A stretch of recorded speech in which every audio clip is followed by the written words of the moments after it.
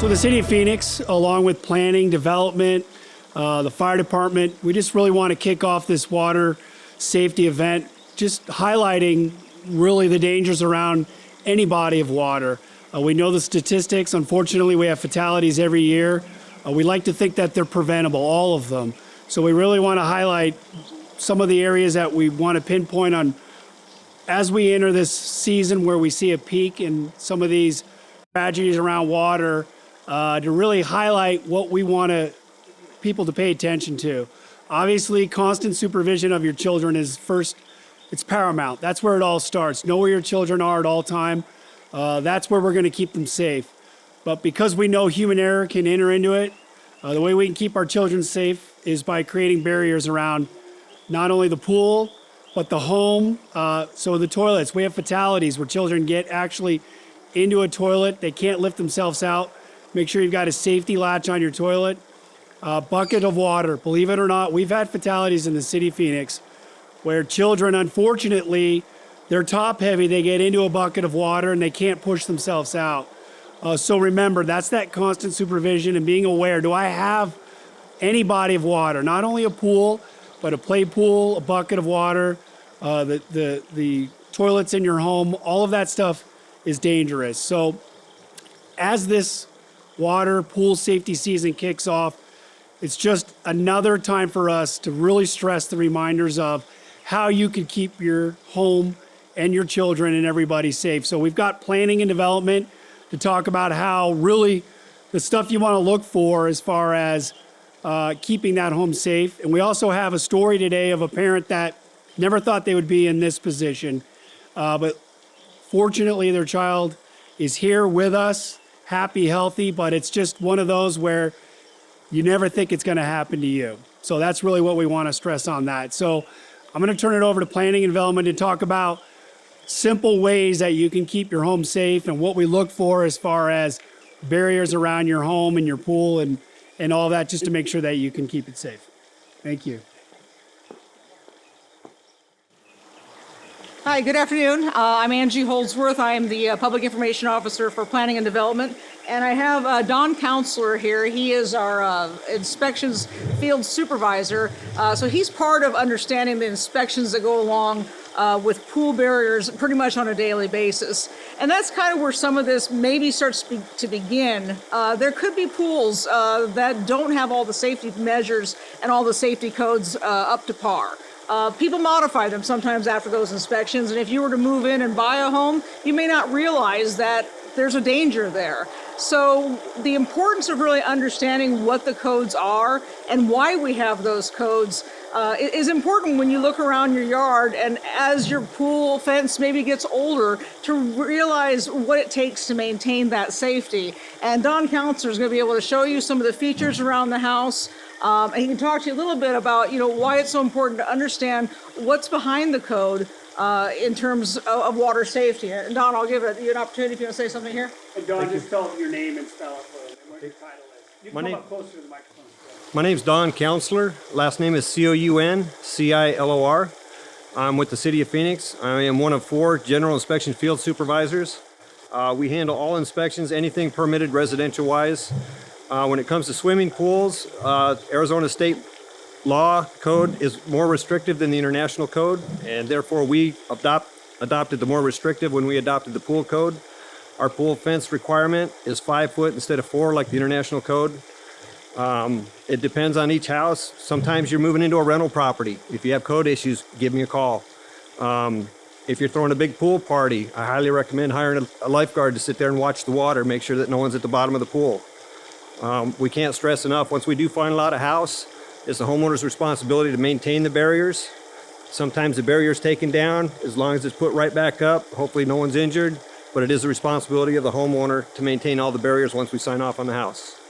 If you'd like, we're going to go around the house. I can show you what some of the requirements that we require. Each house is a little bit different. Like I say, if anyone has questions, reach out to me and I'm more than happy to answer any questions. Any pool that was permitted prior to May 1st of 91 is basically grandfathered in. We don't enforce the barriers on something like that unless there's someone under the age of 6 that resides at the house or someone under the age of 6 frequently visits the house. At that point, we will go out and enforce the barriers on an older pool.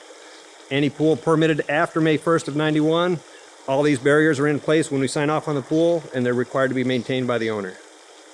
So if you like, we'll go around the house. I'll show you some of the barrier requirements.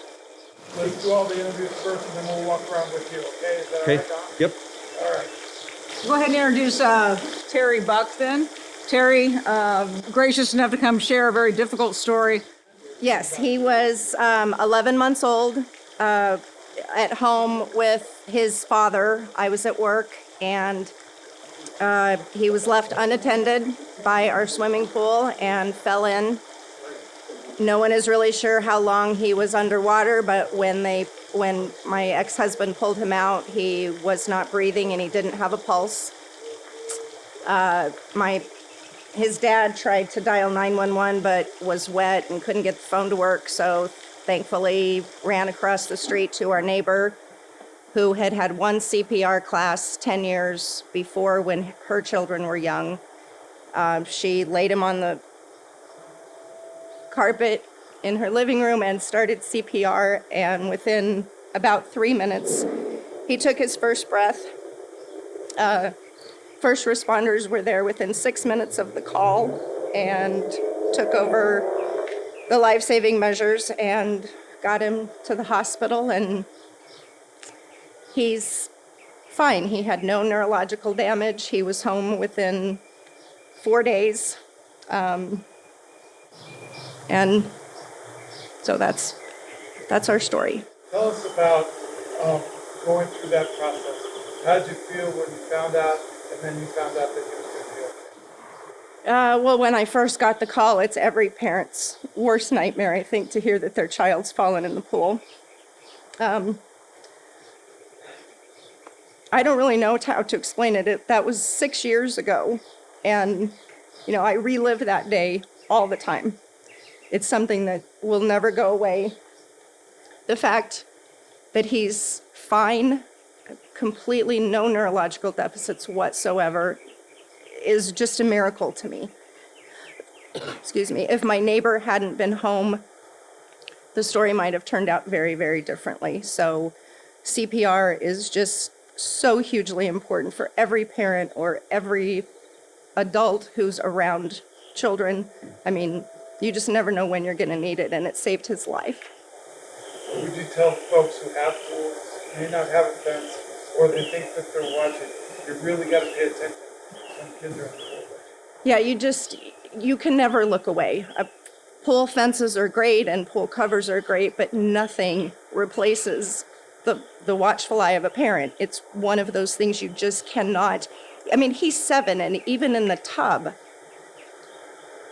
if I walk away, it's, and he thinks I'm being silly, but as the gentleman who owns the house said, he was 7 when he had a drowning incident, and so it could happen. It could happen to anyone at any time, and you can just never take your eyes off your child. Tell us your name, my friend. Strider Buck. And thank you to all the police officers and firemen for saving my life. Tell them about your swim lessons. Yes. We have swim lessons every Saturday. Yep. You like to swim, right? You're not afraid of the water? No, No, a little bit. just a little. All right. Tell everybody bye. Bye. Thank you, guys. Great job. So what we talked about earlier, the number one way that you're going to protect your children around water is constant supervision. That nothing replaces that. When we speak about pool fences, when we speak about tarps over them, those are barriers that are in case you lose track of your child, right? So the bullet points for us today that we really need to impress upon you is you can't have enough layers to protect your children. Constant supervision, know where they're at all times. And remember, it's not just a pool, right? Any body of water is dangerous to a child. We've talked about, we've had children that have died in buckets of water. It doesn't take much water. Toilets around your home, make sure that every toilet, if you have children in there, toddlers especially, that you've got child safety locks on those toilets. It's going to be very important to keep your children safe with that. Again, we cannot impress enough upon you to always know where your children are at all times. Make sure you know CPR. Make sure you always have a phone with you. And the number one thing too to remember is we've had drownings and near drownings where there's been 12 to 15 adults poolside in the pool, around the pool, and they just assume somebody else is going to watch those children that are in the pool. Remember, a drowning is silent. They just go underwater. So there's not going to have a warning of it. So it's not uncommon for children to be susceptible to drowning or near drowning with a pool or a patio full of adults. So remember, designate somebody that's going to watch those children. The rule of thumb is if your child's in the pool, you're in charge of your child. If you're a caretaker, you're in charge of that child. So remember, that's the number one way that you're going to keep your children safe around the pool. And it's just, we can't stress that enough. And that's really the key to keeping everybody safe. So always remember, if you've got a pool, children are curious, right? So you can help yourself by, if you've got pool toys, they're always out of the pool. Don't keep them in the pool area. Make sure if you have a self-closing gate that you check to make sure it's functioning. If you have a doggy door, make sure that the cover is on it if you have a toddler. They're curious. We've had children that have escaped out of the doggy door. They believe because you have a self-closing door that you're safe. But if you've got a doggy door, that's a way for that child to get out of the home and into a pool. Again, we strive for it every year. We strive to have zero. Unfortunately, we're already behind the 8 ball starting this calendar year. We've got a lot of hot summer months ahead of us. Know where your children are at all time. Make sure you have a plan on how you're going to watch those children. Make sure you've got those barriers around the pool. Don't leave toys in there, and designate somebody that's in charge of watching your children around water.